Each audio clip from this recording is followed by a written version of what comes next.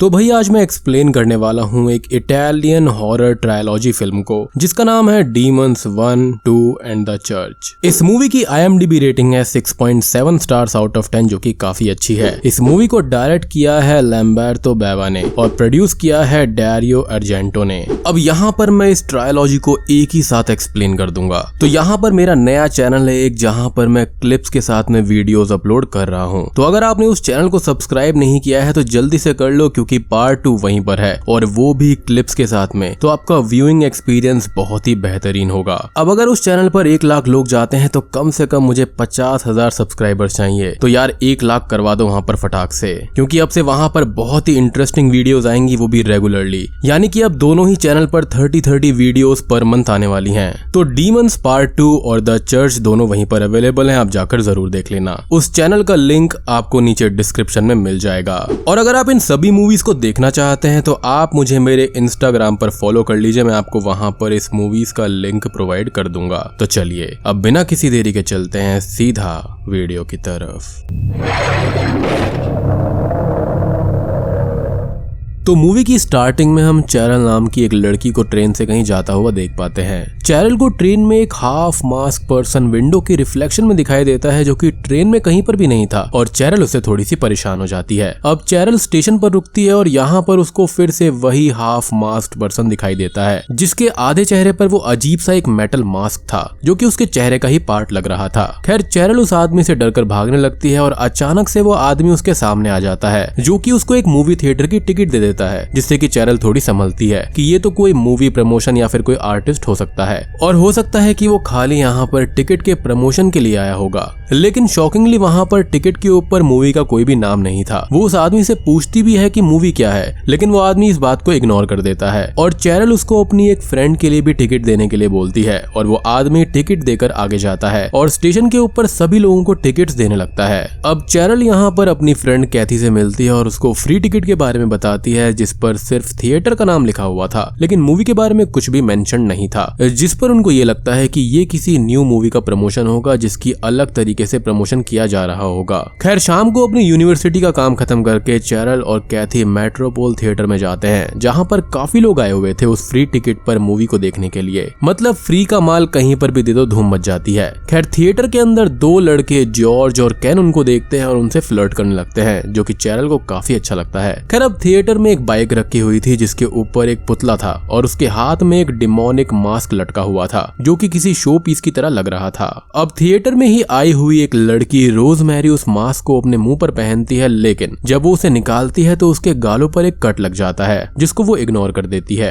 अब रोजमेरी के साथ में यहाँ 2 लोग और थे, यानी कि एक तो उसका बॉयफ्रेंड था और दूसरा उसकी दोस्त कार्मेन जो कि उसके साथ में आए हुए थे। और यहाँ पर और भी काफी सारे लोग थे जिनके बारे में हमको थ्रू आउट द मूवी पता चलता रहेगा। खैर अब मूवी की शुरुआत हो जाती है और मूवी के अंदर हम 4 टीनेजर्स को देख पाते हैं जो कि एक मिस्टीरियस प्लेस पर आए हुए थे। उस जगह पर एक सिमेट्री भी थी और वो लोग उस जगह जाते हैं जहां पर ऐसा बोला जाता है कि वहां पर एक फेमस फॉर्च्यून टेलर नोस्ट्राडामस को दफनाया गया था। And let me remind you कि ये मूवी के अंदर मूवी चल रही है, यानी कि वो जो टिकट दी गई थी उसके अंदर जो मूवी थी वो है ये। अब वो 4 टीनेजर जो होते हैं वो उसकी कब्र को ढूंढ निकालते हैं, लेकिन वहां पर उन्हें कोई लाश या फिर कोई भी हड्डी नहीं मिलती, बल्कि कब्र के अंदर एक बॉक्स मिलता है जिसके अंदर एक किताब रखी हुई थी और कपड़े में कवर्ड हुआ एक मास्क था जो कि बिल्कुल उसी मूवी थिएटर के मास्क जैसा लग रहा था जिसको रोजमेरी ने पहनकर देखा था।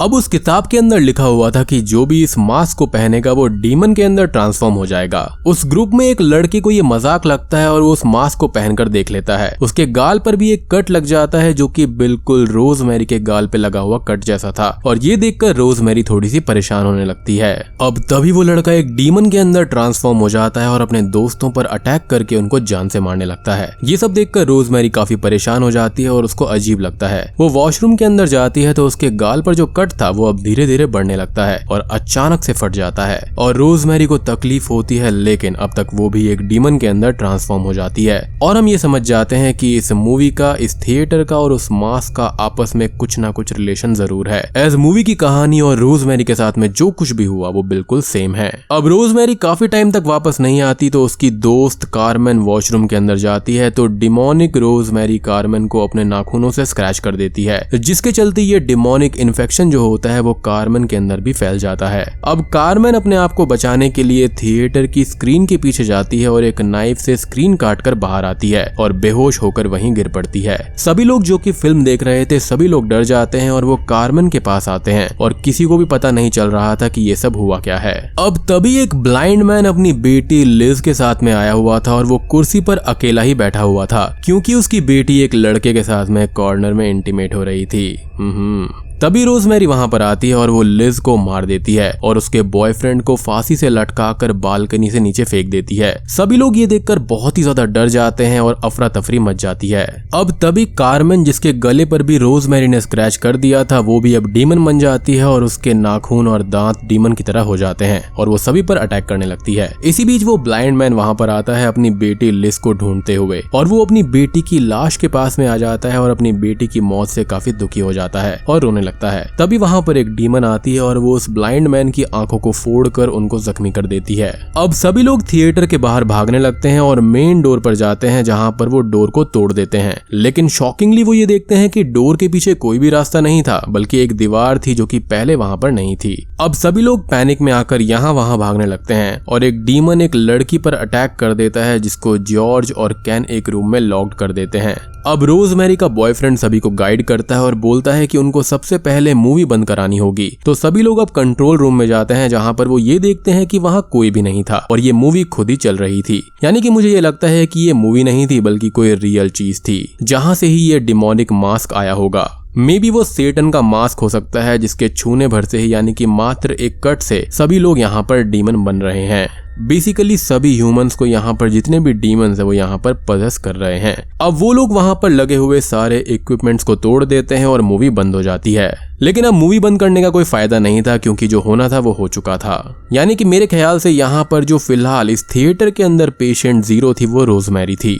अब रोजमेरी का बॉयफ्रेंड सभी को ऊपर बालकनी में ले जाता है और सबको वहां की चेयर्स को तोड़कर सारे दरवाजों पर लगाने को बोलता है ताकि वो एक बैरिकेड बनाकर खुद को सेफ रख पाए। सभी लोग कुर्सियां तोड़कर सारे दरवाजों को बंद करने लगते हैं, लेकिन तभी एक डीमन आकर रोजमेरी के बॉयफ्रेंड पर अटैक कर देता है और रोजमेरी के बॉयफ्रेंड को नीचे खींच लेता है और जॉर्ज वहां पर लगी हुई रस्सी को काट देता है ताकि कोई भी ऊपर ना आ पाए।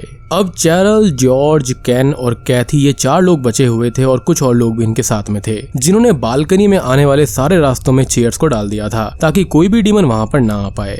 अब सभी लोग वहां पर मदद मिलने तक सेफ रहने का डिसाइड करते हैं। तभी कैथी को चेयर्स के नीचे से कुछ आवाजें आती हैं और वो सबको ये बोलती है कि यहाँ पर भी कोई है, लेकिन कोई भी उस पर यकीन नहीं करता। असल में चेयर्स के नीचे कोई और नहीं बल्कि वही ब्लाइंड आदमी था जो कि अब डीमन बनने वाला था। असल में वो यहाँ पर नीचे है और किसी को भी ये बात पता नहीं थी। सभी लोग थिएटर की दीवार को वहां पर पड़ी हुई चीजों से ठोकने लगते हैं ताकि बाहर के लोग उसे सुन ले और मदद के लिए यहाँ पर आ पाए। अब इसी बीच हम बाहर 4 लोगों को देख पाते हैं जो कि कार से इस मेट्रोपोल थिएटर के पास में आते हैं। वो थिएटर के पास में आकर रुकते हैं और खाली जगह पर देख के वहां पर ड्रग्स करने लगते हैं, लेकिन तभी इन्हें बाहर दीवार खटकाने की आवाज सुनाई देती है और उनको ये लगता है कि अंदर किसी को मदद चाहिए, लेकिन फिर भी वो इस बात को इग्नोर कर देते हैं। अब इन चारों को नशा करते हुए देखकर वहां पर पुलिस भी आ जाती है। तो पुलिस को ये पता चलता है कि ये लोग जिस कार में बैठे हैं असल में वो कार भी चोरी की होती है। तो पुलिस इनके पीछे पड़ जाती है जहां पर ये चारों थिएटर की बैक साइड में जाते हैं। तो वहां का दरवाजा अपने आप ही ओपन हो जाता है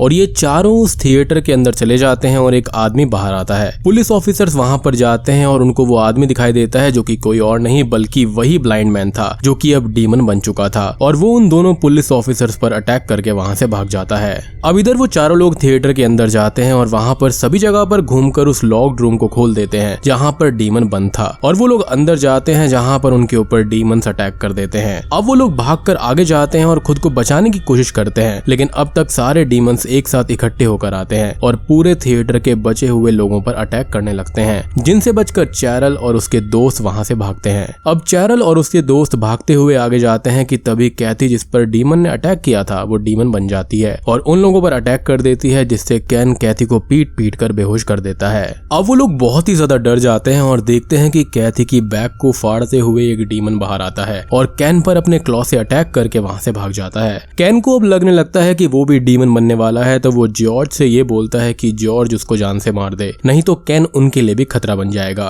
गुड वर्क केन। खैर जॉर्ज अब केन को समझाने की कोशिश करता रहता है लेकिन केन नहीं मानता और वो जॉर्ज को मना ही लेता है और अब जॉर्ज वहां पर रखी हुई स्वॉर्ड से ना चाहते हुए भी केन को मार डालता है।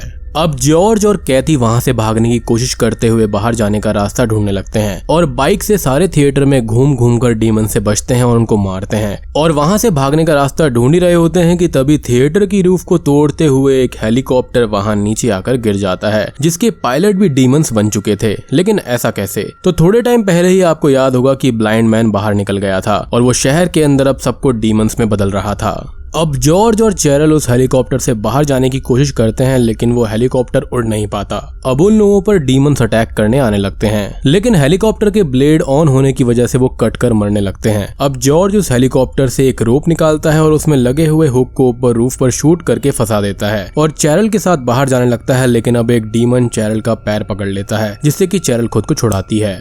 जॉर्ज और चैरल रूफ पर आ जाते हैं जहां से वो बाहर जा सकते थे लेकिन अब तभी वही मास्क पहना हुआ आदमी वहां पर आता है जॉर्ज के पास में और जॉर्ज को वापस वो थिएटर के अंदर धक्का देने लगता है। अब जॉर्ज खुद को नीचे गिरने से बचाने की कोशिश करता है और चैरल आकर उस हाफ मास्क पर्सन को हुक से स्टैब कर देती है और जॉर्ज और वो मिलकर उस पर्सन के चेहरे को वहीं लगे हुई रॉड में स्टैब कर देते हैं जिससे उसकी जान चली जाती है। अब वो दोनों थिएटर से बाहर आ जाते हैं और देखते हैं कि सारे शहर के लोग ही डीमंस में कन्वर्ट हो गए थे और अब वो खुद को बचाने के लिए भागने लगते हैं लेकिन तभी एक फैमिली की कार आती है और उनको बचाकर अपने साथ ले जाती है जो कि अपने साथ ढेर सारी गन्स लिए हुए थे और डीमन से बचते हुए और उनको मारते हुए शहर से बाहर सेफली जा रहे थे। वो लोग अब जॉर्ज को और चैरल को भी गन्स दे देते हैं और वो सब शहर से बाहर जाने लगते हैं डीमंस को मारते हुए। लेकिन तभी यहाँ पर एक शॉकिंग चीज होती है कि चैरल डीमन में ट्रांसफॉर्म हो जाती है। अब आपको याद होगा कि ऊपर चढ़ते टाइम एक डीमन ने उसका पैर पकड़ लिया था तो वहां पर उसको पक्का कोई ना कोई स्क्रैच लग गया होगा। अब जॉर्ज यहाँ पर चैरल को गोली मार देता है और उसको कार से नीचे फेंक देता है और बूम, ये मूवी यहीं पर खत्म हो जाती है।